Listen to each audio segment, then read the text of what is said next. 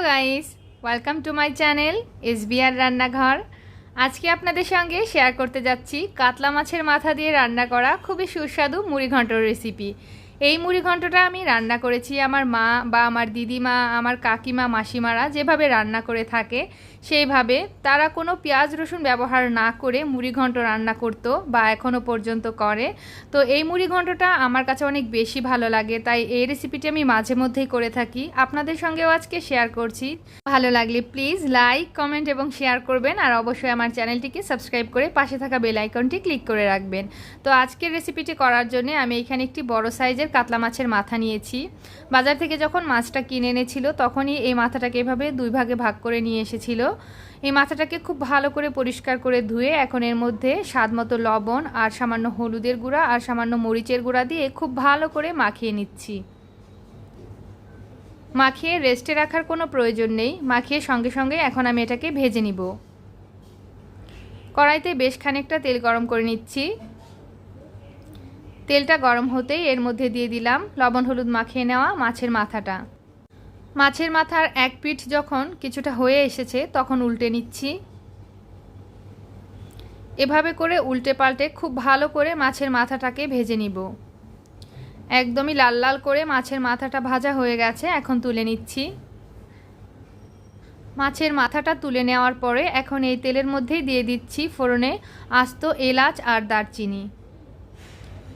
এলাচ দারুচিনিটা দেওয়ার পরে দিয়ে দিলাম চিড়ে নেওয়া শুকনা মরিচ আর সেই সঙ্গে চিড়ে নেওয়া তেজপাতা। এগুলোকে দিয়ে তারপরে দিয়ে দিচ্ছি এখানে আস্ত জিরা। ফোড়নের সব গোটা মশলা দেওয়া হয়ে গেছে, এখন ফোড়নটাকে একটু ভালো করে ভেজে নিব। ফোড়নটা ভেজে নিয়ে এখন এর মধ্যে দিয়ে দিচ্ছি ডুমো ডুমো করে কেটে রাখা আলু। আলু দেওয়ার পরে এর মধ্যে সামান্য করে লবণ দিয়ে দিলাম, আর এই ফোড়নের তেলে আলুটাকে ভালো করে ভেজে নিব। 3-4 মিনিট নাড়াচাড়া করে আলুটাকে ভালো করে ভেজে নিয়েছি। এখন এর মধ্যে দিয়ে দিচ্ছি আগে থেকে ধুয়ে জল ঝরিয়ে রাখা পোলাওয়ের চালগুলো। এখানে আমি 1 কাপ পরিমাণ পোলাওয়ের চাল ব্যবহার করছি। চালটা দিয়ে এখন আলুর সঙ্গে নাড়াচাড়া করে ভালো করে ভেজে নিব। আর এদিক থেকে একটি মশলা তৈরি করে নিব আমি। এই যে দেখতে পাচ্ছেন এখানে রেখেছি কয়েক টুকরো আদা আর কাঁচা জিরা। এই মশলাটা শিলপাটায় বেটে এই রান্নায় ব্যবহার করব, তাছাড়া আর তেমন কোনো মশলা কিন্তু লাগবে না। আর এদিক থেকে চালটাও আমার ভেজে নেওয়া হয়ে গেছে। চালটা ভাজতে ভাজতে একদমই ঝরঝরে হয়ে গেছে। এই পর্যায়ে দিয়ে দিচ্ছি চালটাকে সেদ্ধ করে নেওয়ার জন্য প্রয়োজন মতো জল। আমরা সাধারণত পোলাওটা যে রান্না করে থাকি সেটা কিন্তু ঝরঝরেই করে থাকি, তবে মুড়িঘণ্টর পোলাওটা কিন্তু এতটা ঝরঝরে করা যাবে না, এটা একটু মাখা মাখা খেতেই ভালো লাগবে। তাই এখানে চালের ডাবলের থেকে একটু বেশি পরিমাণ জল দিতে হবে। আর জলটাকে খুব ভালো করে ফুটিয়ে নিয়ে এখন এর মধ্যে দিয়ে দিলাম সেই আদা আর জিরা শিলপাটায় বেটে রেখেছিলাম সেই মশলার পেস্টটা, আর ভেজে রাখা মাছের মাথাটাও দিয়ে দিলাম। আর দিয়ে দিচ্ছি এখানে স্বাদমতো কাঁচামরিচের ফালি। যেহেতু আমি এই রান্নায় কোনো শুকনো মরিচের গুঁড়া ব্যবহার করছি না, তাই কাঁচামরিচের ফালিটা একটু বেশি পরিমাণ দিলাম। আর দিয়ে দিয়েছি স্বাদমতো লবণ, আর একটা লেবুর 4 ভাগের 1 ভাগের পুরো রসটা দিয়ে দিলাম। আর দিয়ে দিচ্ছি স্বাদমতো চিনি। এসব কিছু একটু ভালো করে মিশিয়ে নিব। সব কিছু মিশিয়ে নেওয়া হয়ে গেছে, এখন শেষ পর্যায়ে দিয়ে দিচ্ছি হলুদের গুঁড়াটা। হলুদের গুঁড়াটা কিন্তু একটু শেষের দিকে দিলে মুড়িঘণ্টর কালারটা বেশি ভালো আসে, তাই আমি শেষের দিকেই ব্যবহার করছি। হলুদটা দিয়ে একটু ভালো করে মিশিয়ে নিচ্ছি, সেই সঙ্গে মাছের মাথাটাকেও নাড়াচাড়া করে মুড়িঘণ্টর সাথে ঘেঁটে দিলাম। আর এখন চাল আর জলটা কিন্তু একদমই সমান সমানে এসে গেছে, তাই চুলার আঁচটাকে আমি লোতে রেখেই এটাকে মোটামুটি 7 থেকে 8 মিনিট ঢাকা বন্ধ করে রেখে দিয়েছিলাম। এরপর ঢাকনাটা খুলে নিয়েছি, দেখতে পাচ্ছেন মুড়িঘণ্টর ওপরেই কিন্তু তেলটা ভেসে গেছে আর চালটাও পারফেক্টলি সেদ্ধ হয়ে গেছে। এখন রান্না একদমই শেষের দিকে, তাই এখন সামান্য একটু ঘি ছড়িয়ে আরও একবার এপিট ওপিট করে মুড়িঘণ্ট নাড়াচাড়া করে নিচ্ছি। আর দেখতে পাচ্ছেন আমার মুড়িঘণ্টটা কিন্তু সুন্দর মাখা মাখা তৈরি হয়েছে, আর চালগুলোও কিন্তু গলে যায়নি, চালগুলোও আস্ত রয়েছে।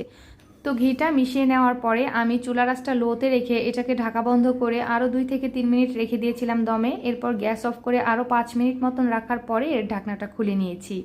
মজাদার মুড়িঘণ্টটা এখন একদমই রেডি ফর সার্ভ। দেখতে কি সুন্দর হয়েছে তাই না? আর এটার সুঘ্রাণে আমার সারা রান্নাঘর ভরে গেছে। তো গাইস, মুড়িঘণ্ট রান্না রেডি। এই তো আমি সার্ভ করে নিয়েছি। কি নাইস কালার এসেছে দেখুন। আর খেতে কেমন হয়েছে আমি এখনো জানি না, এখন আমি খেয়ে আপনাদের রিভিউ দিচ্ছি। এই তো আমি কিছুটা বেড়ে নিয়েছি, এখন তবে একটু খেয়ে দেখে নেওয়া যাক কেমন হয়েছে রান্নাটি।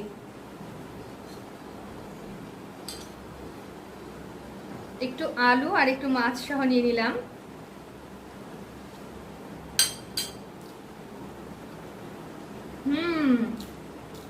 দারুণ হয়েছে খেতে, দারুণ। একদমই আমার মা, দিদিমা, কাকিমাদের হাতে যে রান্নাটি খেয়েছি সেই একই স্বাদটা আমিও আনতে পেরেছি এই রান্নায়। আপনারাও ট্রাই করবেন, আশা করছি নিরাশ হবেন না। পেঁয়াজ রসুনের রান্না করা মুড়িঘণ্টর থেকে এই মুড়িঘণ্টর স্বাদটাই আপনাদের কাছে বেশি ভালো লাগবে।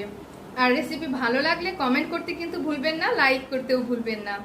সকলে ঘরে তৈরি খাবার খান, সুস্থ থাকুন। ভিডিওটি দেখার জন্য সকলকে অসংখ্য ধন্যবাদ।